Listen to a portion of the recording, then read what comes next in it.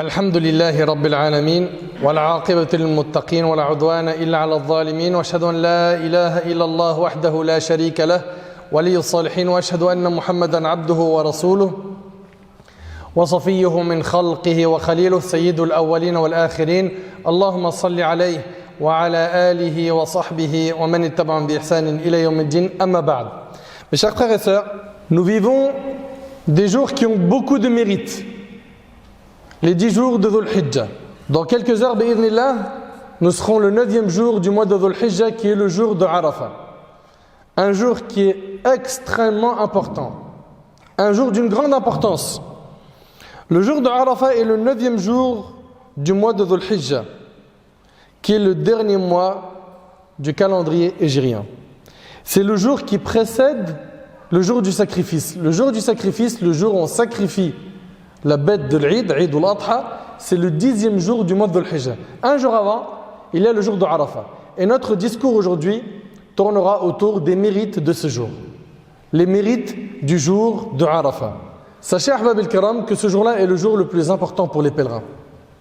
Les pèlerins vont, le 8e jour, se diriger à Mina et vont y accomplir leurs prières, qu'ils feront qasr sans jama'.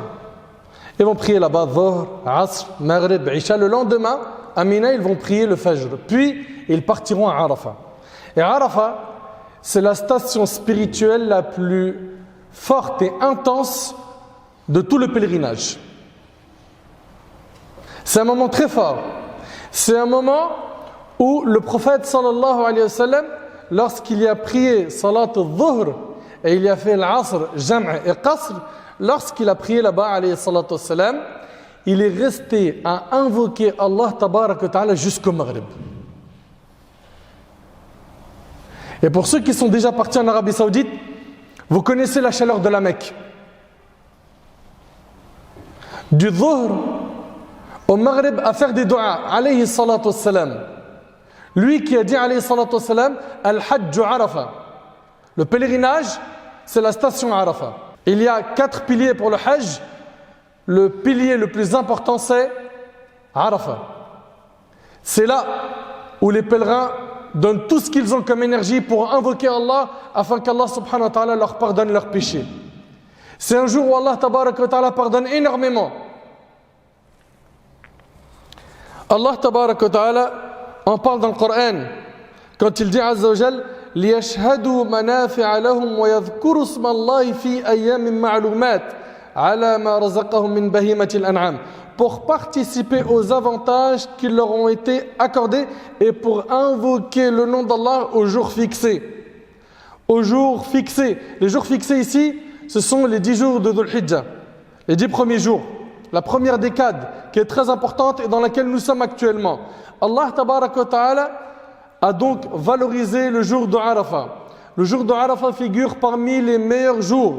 C'est le jour où les invocations sont exaucées, où les angoisses apaisées. C'est le jour où Allah tabarak wa ta'ala vante les mérites des pèlerins y ayant fait halte auprès de ses anges. C'est un jour auquel Allah, exalté soit-il, accorde une importance particulière et une valeur supérieure à celle des autres jours de l'année. Ce jour symbolise le jour du jugement dernier. Subhanallah. Pour ceux parmi vous qui ont déjà fait le Hajj, vous avez vu le rassemblement des gens à Arafah? L'état des gens ce jour-là ressemble à celui du jour du jugement. Méditez un peu. Ils sont tous réunis. Il fait très chaud. Ils sont tous là à demander l'expiation de leurs péchés. Ce jour nous rappelle notre rencontre avec Allah. C'est aussi le jour où la religion islamique a été parachevée et le bienfait d'Allah, exalté soit-il, accompli envers ses serviteurs. C'est également le jour du pardon des péchés et de l'affranchissement de l'enfer. C'est un jour béni. C'est un jour par lequel Allah Azza wa Jal a juré. Et on sait qu'Allah tabarak wa ta'ala ne jure que par ce qui est important. Quand Allah tabarak wa ta'ala jure par une chose, c'est pour valoriser cette chose. Écoutez attentivement, Allah ta'ala il dit wal yawmil maw'ud wa shahidi wa mashhud. Et par le jour promis et par le témoin et ce dont on témoigne. Surat al-Buruj. Abu Huraira radiallahu anhu a dit le jour promis est le jour de la résurrection et par le témoin est le jour de Arafah et ce dont on témoigne est le vendredi rapporté par Tirmidhi. C'est également le witr par lequel Allah Ta'ala a juré dans sa parole wa shaf'i wal watr par le père et l'impère. Ibn Abbas radiallahu anhu m'a dit, Al-Shaf'a signifie le jour du sacrifice et Al-Watr, le jour de Arafah. Écoutez attentivement s'il vous plaît. Il s'agit du pilier le plus important du pèlerinage. Le prophète dans le hadith rapporté par Ahmad a dit, le pèlerinage est la station à Arafah, Al-Hajj Arafah. En ce qui concerne l'appellation Arafah, pourquoi est-ce que Arafah a été nommé Arafah? L'imam al-Qurtubi rahimahullah, il dit dans son tafsir, d'autres savants également disent que s'il a été appelé Arafah, c'est parce que an-nas yata'arafuna fihi. C'est parce que les gens font connaissance les uns vers les autres ce jour-là. Et il a été dit également car Jibril alayhi salam a montré ses stations à Ibrahim alayhi salam en lui disant Araft, Araft, Araft, c'est-à-dire connais-tu maintenant? Et il disait Araft, Araft. Et il a été dit également, c'est parce que lorsque Adam et Hawa ont quitté le paradis, ils se sont retrouvés dans cet endroit. Le jour de Arafah est le jour de l'achèvement de la religion et de la perfection de la grâce divine accordée à la Ummah. Omar ibn Khattab radiallahu anhu a rapporté, écoutez attentivement s'il vous plaît ce hadith qui est rapporté par Bukhari et Muslim. Un juif est venu dire au compagnon Omar radiallahu anhu, au commandeur des croyants, vous récitez dans votre livre un verset. S'il nous avait été révélé, à nous, les juifs, nous aurions fait de ce jour un jour de fête. De quel verset s'agit-il? Dit Omar.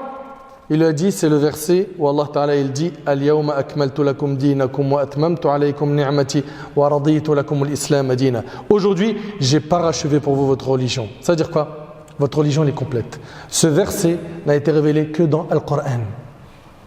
Aujourd'hui, votre religion est complète.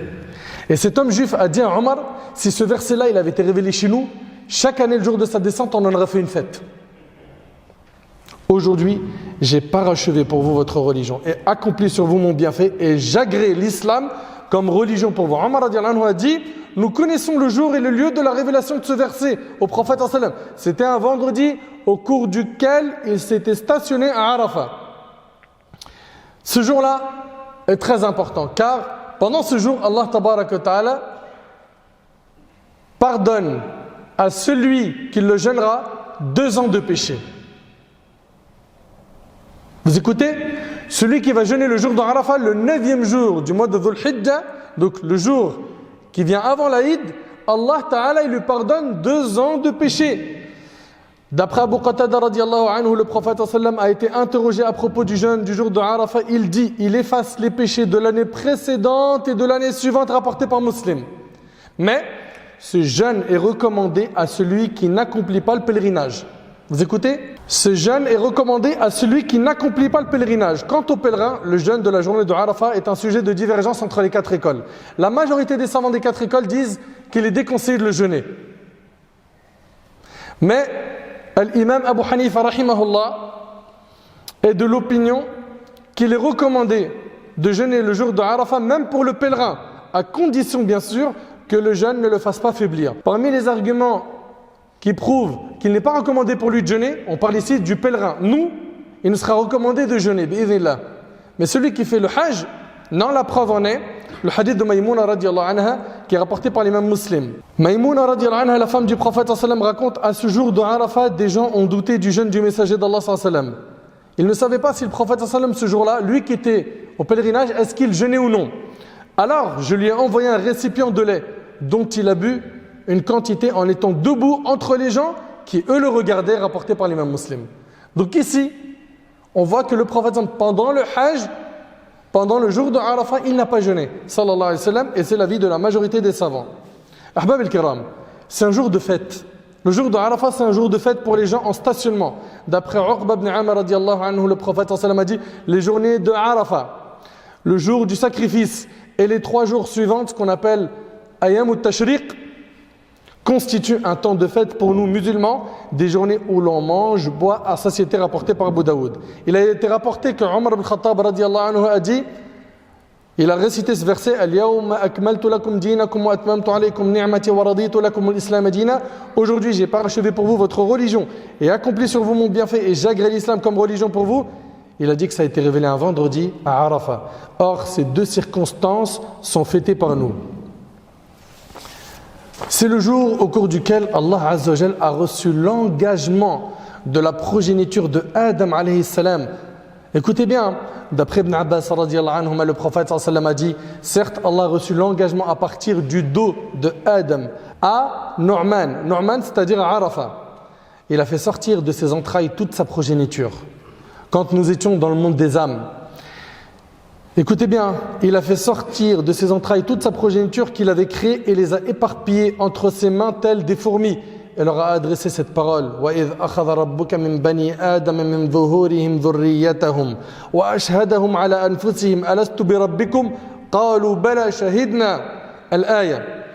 Et quand ton Seigneur tira une descendance des reins des fils d'Adam et les fit témoigner sur eux-mêmes, ne suis-je pas votre Seigneur? Quand est-ce qu'il les a fait témoigner? Quand ils étaient dans le monde des âmes, c'était le jour de Arafat. Ils répondirent, mais si, nous en témoignons, afin que vous ne disiez point au jour de la résurrection, vraiment, nous n'y avons pas fait attention, ou que vous auriez dit tout simplement, nos ancêtres autrefois donnaient des associés à Allah et nous sommes leurs descendants après eux. Vas-tu nous détruire pour ce qu'ont fait les imposteurs? Ahbab el-Kiram, c'est le jour du pardon des péchés, de l'affranchissement de l'enfer et de la manifestation de la fierté qu'inspire l'état des gens rassemblés. D'après Aïcha radiallahu anha, le prophète a dit, il n'est pas de jour où Allah a franchi autant de ses créatures du feu de l'enfer que le jour de Arafat. Allah descend jusqu'au ciel le plus bas, vante leur mérite auprès des anges et dit, écoutez bien, Allah Ta'ala dit aux anges, que veulent ceux-ci? Rapporté par Muslim. Et dans Mirqat al-Mafatih, il explique, parmi les explications, il nous dit que veulent ceux-ci, ça veut dire, à votre avis, que veulent ceux-ci à part le pardon, ma satisfaction, que je les rapproche de moi? Subhanallah. Al-Hafidh ibn Rajab rahimallah, il a dit que Allah Ta'ala va affranchir des gens de l'enfer, pas simplement à Arafat. À Arafat, mais également partout où il y a des musulmans. C'est-à-dire que ne pensez pas que c'est qu'à Arafat. Bien évidemment, eux, ils ont plus de mérite. Plus de mérite et ils sont dans un état qui leur facilitera bi'idhnillah d'avoir le pardon d'Allah tabarak wa ta'ala. Mais la porte du pardon est grande ouverte ce jour-là, pas que aux gens de Arafat. Omar ibn Abdel Aziz fit un serment en disant, vous êtes arrivés de partout, vous avez épuisé vos montures et avez usé vos habits pendant le voyage. Or aujourd'hui, le premier des concurrents ne sera pas celui dont la monture est arrivée la première, mais celui dont les péchés ont été pardonnés. Le gagnant le jour de Arafat, c'est celui qui va perdre ses péchés. Louange à Allah, Seigneur de l'univers. Ahbab el-Karam, ce fameux jour, Allah exalté soit-il, se rapproche de ses créatures, puis il fait l'éloge à ses anges des pèlerins présents à Arafat. D'après Ibn Umar radiallahu anhuma, le prophète sallallahu alayhi wa sallam a dit, certes le Très-Haut se montre fier devant les anges au soir du jour de Arafat et il dit, regardez mes serviteurs, ils sont venus vers moi couverts de poussière et les cheveux en bataille, rapporté par l'imam Ahmad. D'après Ibn Umar radiallahu anhuma, deux hommes vinrent voir le prophète sallam pour l'interroger sur leur religion. Il leur répondit, quant à votre station à Arafat, ça c'est ce qu'il a dit dans le hadith, Allah exalté soit-il descend ce jour-là jusqu'au ciel le plus bas, vante les mérites des pèlerins auprès des anges et leur dit, voici mes serviteurs. Ils sont venus vers moi ébourifiés et couverts de poussière, venant de partout, désirant ma miséricorde, craignant mon châtiment, et ils ne m'ont jamais vu. Qu'en serait-il alors s'ils m'avaient vu? Ainsi, même si vous aviez autant de péchés que les grains de sable du désert, les jours de la vie présente ou les gouttes de pluie, Allah exalté soit-il, vous les pardonnerez. Allahu Akbar. Et c'est rapporté par Abd-Razzaq dans son Musannaf. Et dans le hadith d'Abi Dharr qui est rapporté par l'imam Muslim, le prophète a dit qu'Allah Ta'ala a dit, ô mes serviteurs, si du premier au dernier, âme et djinn, vous vous teniez dans une seule région de la terre pour solliciter mes faveurs, il y en a un qui demande l'argent, l'autre la guérison, l'autre les diplômes, l'autre le mariage, l'autre une belle voiture, l'autre a un cancer, il veut être guéri, etc. Si tous ces milliards de gens faisaient des demandes à Allah, regardez, Allah il nous dit quoi? Allah Azza wa Jal dit, et si j'accordais à chacun de vous sa demande, cela ne diminuerait en rien ce que je possède, pas plus que l'aiguille n'enlève quoi que ce soit à l'océan en la pénétrant, rapporté par Muslim. Allahu Akbar. Allah Ta'ala c'est le riche. Demandez-lui, dirigez vos cœurs vers lui. C'est lui qui soulage les peines et les tristesses, c'est lui qui dissipe les soucis, c'est lui qui facilite les projets. Dirigeons nos cœurs vers Allah, soyons sincères. Invoque donc Allah Ta'ala et espoir qu'il te pardonne et qu'il améliore ta situation. Rappelez-vous de ce hadith qui est magnifique, le hadith de Anas radiallahu anhu. Il rapporte avoir entendu le prophète sallam dire: Allah le Très-Haut a dit ô fils d'Adam, tant que tu m'invoques et tu espères en moi, je t'absoudrai malgré ce qui s'est produit de toi et je ne m'en soucierai pas. C'est-à-dire, tant que tu invoques Allah et que tu as espoir en lui, Allah il va te pardonner tes péchés et il ne se souciera pas du nombre de tes péchés. Ô fils d'Adam, si tes péchés ont atteint les nuages du ciel et que tu me demandes de t'absoudre, je t'absoudrai et je ne m'en soucierai pas. Allahu Akbar. Demandons à Allah. On a tous alourdi nos épaules de péché. On est dans des jours qui sont importants, qui sont valorisés par notre Seigneur. Faisons les comptes avec notre âme, comme on fait toujours les comptes de quoi? De nos dépenses, de nos bénéfices, nos pertes. Ô fils d'Adam, si tu viens à moi avec la contenance de la terre comme péché et que tu me rends compte sans m'associer personne, je t'apporterai sa contenance comme absolution rapportée par Tirmidhi. Ce jour-là, le jour de Arafat, c'est le jour où le diable a été le plus humilié. Pourquoi?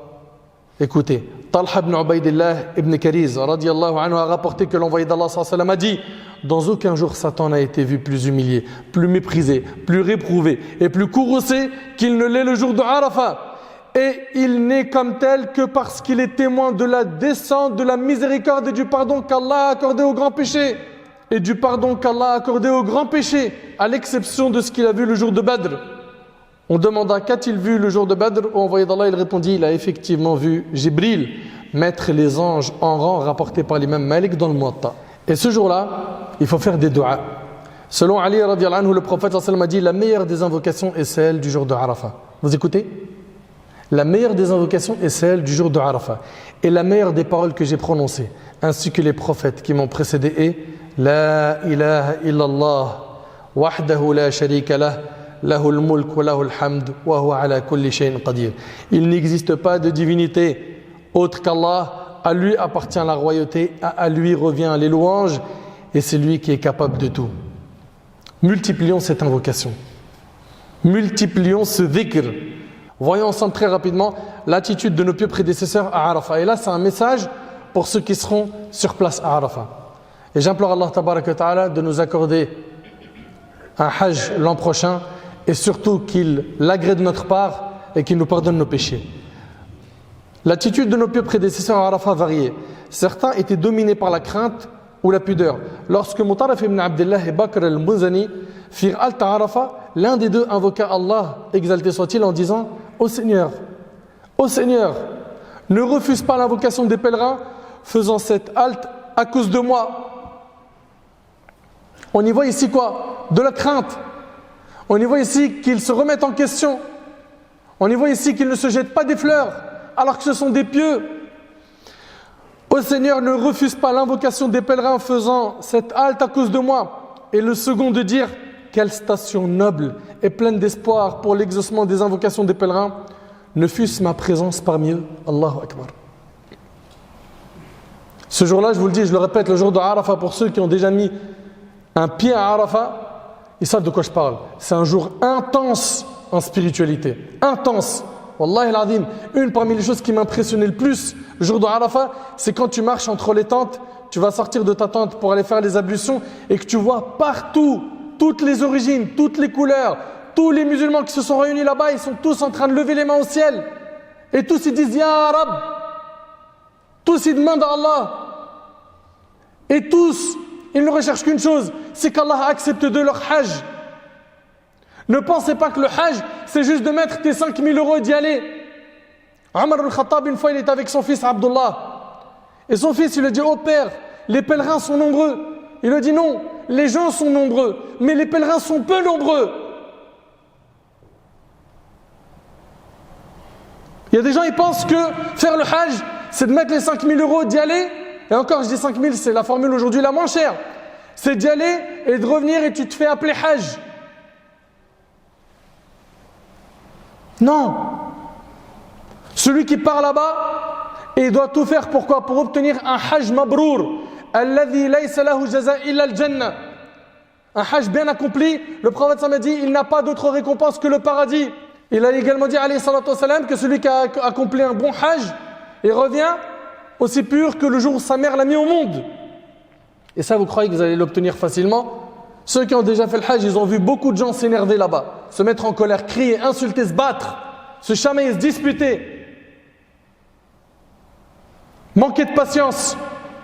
Et le hajj, si tu veux résumer le hajj c'est l'école de la patience.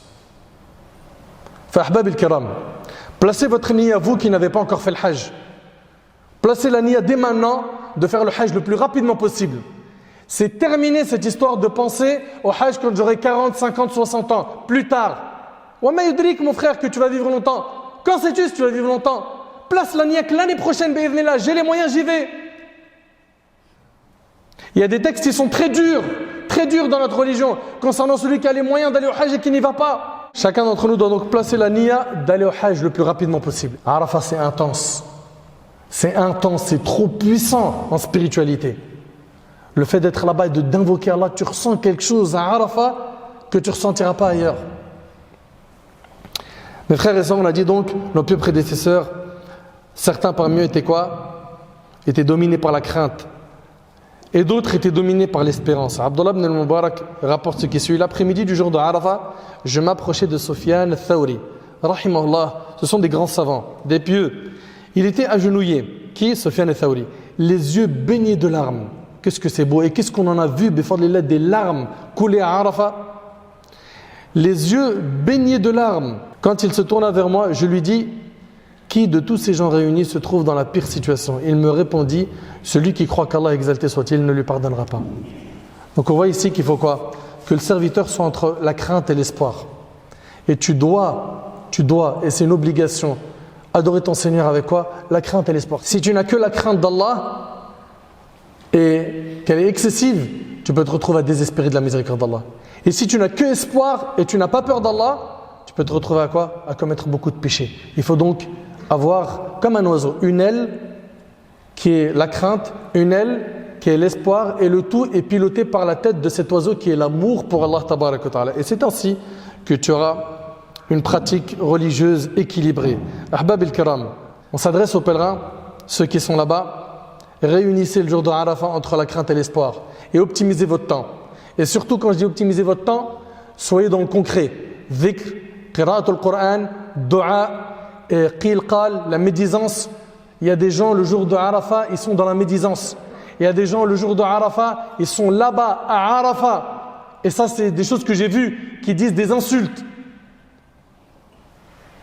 Des insultes. D'autres qui fument. D'autres qui disent des blagues. D'autres qui dorment toute la journée d'Arafat. Subhanallah, mais t'as payé pour aller faire quoi? T'es parti en Arabie Saoudite pour faire le hajj, n'est-ce pas? Le hajj, le prophète dit al-hajj Arafat. Et ce jour-là, t'as rien fait? T'as été négligent? Enfin, ceux qui sont là-bas, optimisez votre temps.